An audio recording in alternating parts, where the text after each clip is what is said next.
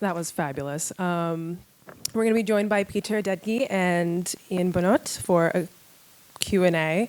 Another round of applause, please, for them.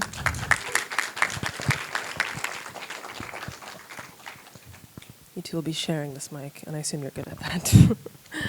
We're very good at sharing. Fabulous. We're not good at sharing. Well, thank you both so much for making this. It was extremely enjoyable for me to watch, and I'm sure for the rest of us. Yes, right? Very good. What was the drive? What was the drive or push that you felt to turn this story into a narrative? Why did you feel this was something important to share with all of us? Well, we started on this sort of 4 years ago. It came out of a documentary we made about Alexander McQueen, and we became aware that there was a much bigger story to tell that was behind McQueen's life. It was the context in which he was designing. We became aware of the politics and the rivalries and the money, and we thought, this is an interesting story to tell. And if we do return to fashion as a subject, this would be a great thing to unpack, because it hasn't really been done before. And we had found out a lot of, within the McQueen's adventure, we had found out a lot of treasure troves of archives, fashion archives, which we had still access to. A woman called Ginny Baker had covered the fashion world for 20 or 30 years, and we always had in the back of our mind, would be amazing to actually, go back in there. And then making McQueen, we discovered Dana Thomas, the author, which is part of the project as well. We've had her, and she's here tonight. Thank you for coming, Dana. Who also delivers a magnificent performance. So out of all those things we felt, and I think when we made McQueen, we made a biopic about a single man, and we just realized that fashion and how people perceive and consume fashion, a lot of people are not quite aware of haute couture is or just fashion. I love fashion. There's so many levels to fashion. There's a high heart within fashion, but that high heart comes with a massive price. And that's the Faustian pact we wanted to actually portray. And I think that's what happened in Kingdom of Dreams. And as well, maybe potentially, we knew we might never been asked to make another fashion documentary. And we just thought we'll steal the 3 other main amazing designers, which are Marc, Tom, and John, and steal it away from other filmmakers. So there's a lot of archival footage in here. And to my understanding, there's some never-before-seen footage. What was the process like finding that footage, and when did you know when you found it? Well, as Ian just said, when we started when we worked on McQueen, we discovered all of these archives, not these, but also video fashion in New York, and several others that were full of treasures, and so we knew that we would be able to. We knew that we would be able to tell the story visually through those archives, and we started really. I guess I'm just trying to think of the timeline, but I think actually our first layer of investigation was 2 years ago, and then we started working on it, kind of 3 years. Yeah, 3 years. Yes, that's true. 3 years, and then we started working on it. We had a brilliant archive team who came together and started working on it kind of fully 6 or 7 months, really, before we brought our wonderful directors, Nick and Camilla. Camilla is here tonight and did such a wonderful job on that second episode. And so the archive we knew that was going to be a kind of the star of the show, really, and we started working on it kind of pretty early. And as you go along, you find material, you find nuggets that you just weren't expecting. There were also a couple of nuggets in there that we had desperately wanted to have for McQueen, but arrived too late. We couldn't get them. There was this lovely old black and white footage of McQueen that you saw a little bit of in episode 1, and there's more of it in episode 3. That material was in a lockup, and no one could find how to get into that lockup. But they managed to find it and get into the lockup on the day of our premiere of McQueen. So we knew we would have that for this as well. So in this, you're dealing with some of the most powerful people in the industry, namely Monsieur Arnault. Was there any fear on your end or hesitation when you were approaching this topic of any pushback or backlash that you might receive from such a powerful person in the industry? I have nightmares every night about that. I think it's almost one of the reasons we might be here, isn't it? As at a very forward-thinking, edgy documentary filmmakers festival. I think we all have a responsibility as filmmakers to tell stories and tell stories that will echo, remind people of certain things, as well as expose certain things. I don't think we're making an expose, but I think our point is not to point our fingers or paint someone as the dark knight or white knight as is being described, but it's just expose things how it happened. We haven't divulged any secrets. It's not vulgar. It's not an expose. But Monsieur Arnault, for a lot of people, especially in France, Monsieur Arnault is very well known as the richest man on the planet. In the US, people still think Zuckerberg and all those people are. But those people just came up with one idea. Monsieur Arnault has been working on his fortune for 30, 40 years, accumulating hundreds of brands, owning streaming platforms through some of his investment companies. None of us know how powerful he is, and I think it is a bit of a responsibility. What is really interesting is a lot of people potentially in this festival say, "Oh, it's a fashion, it's a fashion series and stuff like this." I think this series is probably more important than 90% of the work out there, because these people are more responsible for more of the bullshit and the danger of what's happening out there, the pollution and all the rest of it. But at the same time, it's not that they're evil human beings. It's globalization. It's suddenly your success goes, and you've got shareholders to feed. And I think all those things are very interesting, because you've got the creativity of fashion, but at the same time, you've got the creativity of business. And the creative business left without being checked goes danger. On the flip side of that, you have some of the most prolific and trusted people in the fashion industry included in this documentary. How did you go about gaining the trust of your sources? Was there any trouble doing that, or was everybody kind of on board with the mission? It took a lot of persuasion and a lot of careful counsel. I remember us working with Dana actually early on to talk about who we should speak to, because I think we wanted it to be not so much about the fashion front row, but more about the front line and the people who kind of like the puppet masters of the industry in a sense.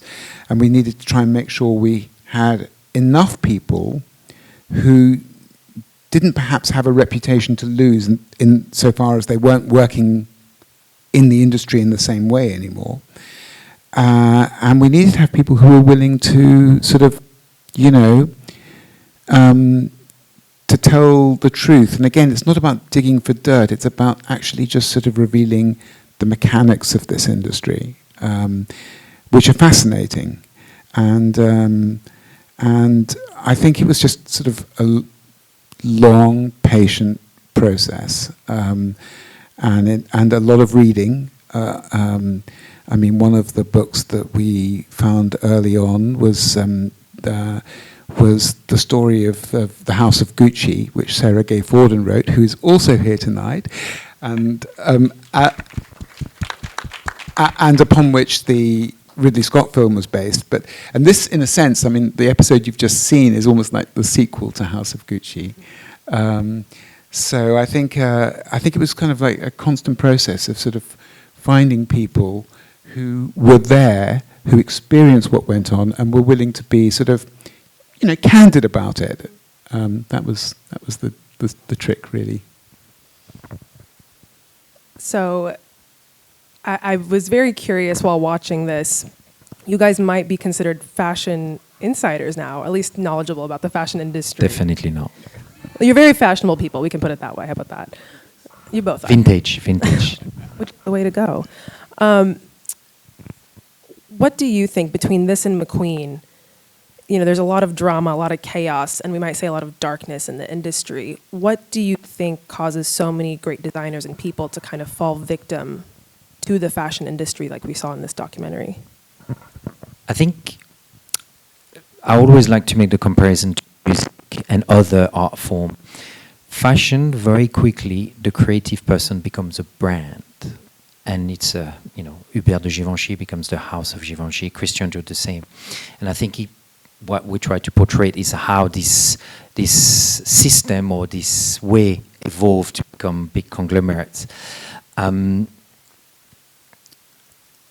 think it's extremely hard for any creative people you might be very successful and very talented early on in your career, but eventually there's going to be a need of investments, and you need to manage the business side, especially when you actually create a product that you need to put, as Tom Ford says, you put on a rail to sell. And all those elements create that tension, McQueen, for instance, which one of the characters we know really well, when you think that the high quality and the level of the brand he built, he didn't study for MBA. He hardly studied fashion in a way. He just knew it, and he just took it from a really young age, and etc. and St. Martin's. So I think it's just reminding to people is how those creative people have to become a brand to be able to strive, but at the same time becoming a brand, selling your name, because all of these people, Alexander McQueen is the McQueen house. As soon as you start selling that, do you sell your identity? Do you sell, you're going to have, Flea was still, let's talk about John Galliano. The Galliano brand still exists. I mean, it's a tiny, tiny brand, but if he had become a successful brand, you might be walking down the street and say, oh, that's Galliano, but it doesn't belong to me. Do you see the difference? A musician, the product is himself. There, they create a corporate entity to represent their art, which end up many, many times over being sold off to other people. So I think that's one of the trick things that we wanted to show as well. So we've talked a lot about doom and gloom so far. I wanted to ask each of you, what was the brightest spot in the creation of this? For me, it was Dom. He made me chuckle, and I really enjoyed watching him on screen. What was it for the both of you? Well, there's still quite a lot to unfold in episodes 3 and 4. I think one of the things that I love from the episode 3 actually is the rivalry that grows up between John Galliano and Lee McQueen, and seeing how they sort of almost strive to top each other. And I think that was for me. There's a tinge of darkness in that story, but there's also the joy of creativity and a lot of light in it as well. So that was something I particularly loved. And I of these episodes, I mean, there's so many little moments that I really enjoy. I love absolutely diluting the shares. I think that's a wonderful moment. I love Lee refusing entry to Anna Wintour and André Léon Tally's amazing reaction. André's personality, which just shines through in the archive. Yeah. How about you? I really enjoyed the fact of taking a step back and actually working with directors. I thought that was in our own careers, it was really interesting. I think we had the question, why don't you guys direct it? And I think we've worked with extremely talented directors, which brought their own spin to it. And I think it was, Peter is right about all of the element of the narrative, but in terms of filmmaking point, I think it was a very interesting growing process. So we could always have a little bit of a step back. You're not making a single narrative. You're trying to create 90 minutes of a span of 4 times 48 minutes. And I think the technicalities of creating an emotional journey over 4 hours of footage was extremely, challenging, and I think really interesting. And managing the whole process. And again, just to say thank you to people that have trusted us from the start. The way the project came about was actually almost a luck encounter of people having seen the film and wanting to get this archive, and that was a company called Fremantle, and getting us to develop something within that space and trusting us. And I don't know how many filmmakers is out there just listening to us and not just fashion-interested people. It's a very tricky thing within the industry in the terms of the filmmaking side, to be able to have a partner that trusts you to go on.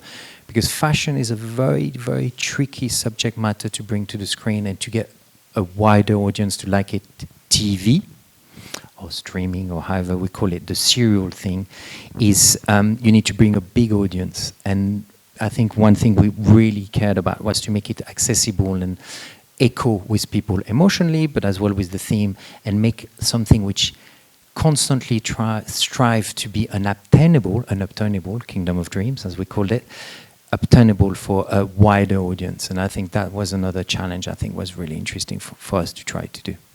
Well, you pulled it off beautifully. Can we please get another round of applause for these wonderful filmmakers? Thank you both for joining us.